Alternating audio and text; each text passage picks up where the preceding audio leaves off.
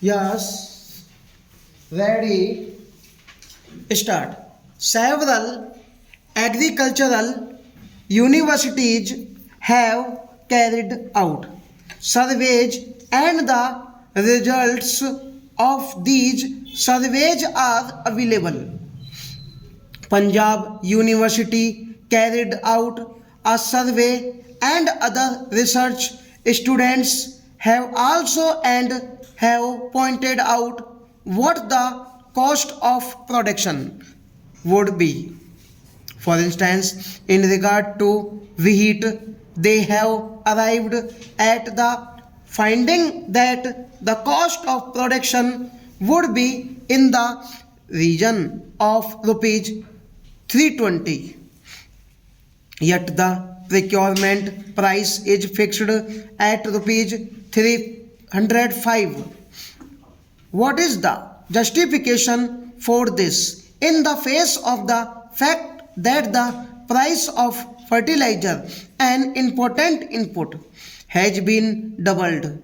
The prices have increased considerably, and many types of pesticides that are in the market today are unadulterated.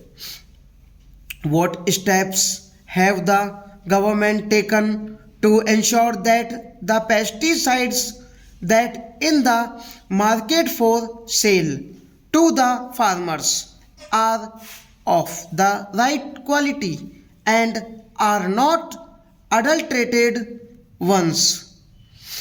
Is there any machinery in regard to drugs? At least in name, there is a drug controller in every state to see that the drugs sold are not adulterated. In regard to pesticides, have not you set up any machinery to ensure that the pesticides are not adulterated?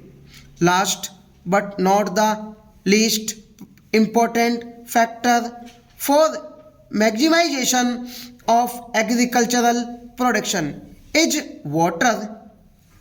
They say they have programs for increasing irrigation facilities. During the fourth plan, they wanted to bring in a considerable additional area under irrigation so that they could have assured water supply. They have similar programs in the fifth plan. Why is it that a number of these projects are not completed within the time schedule that is laid down?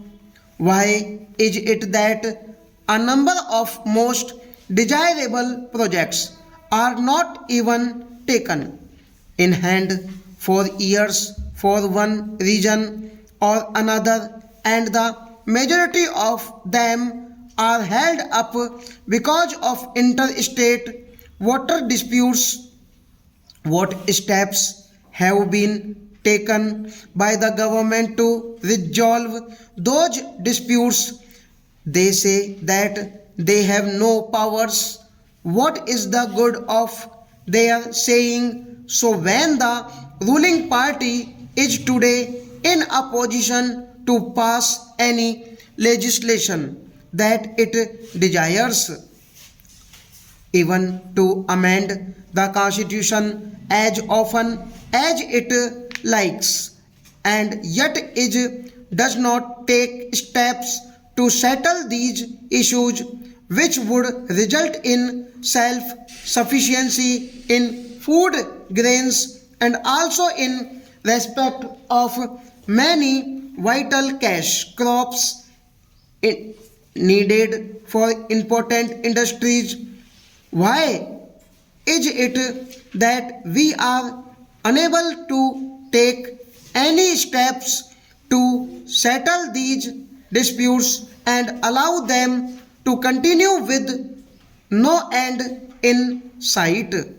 A little while ago, I think a statement was placed on the table of the house saying that there were 157 projects outstanding in the scheme. Stop.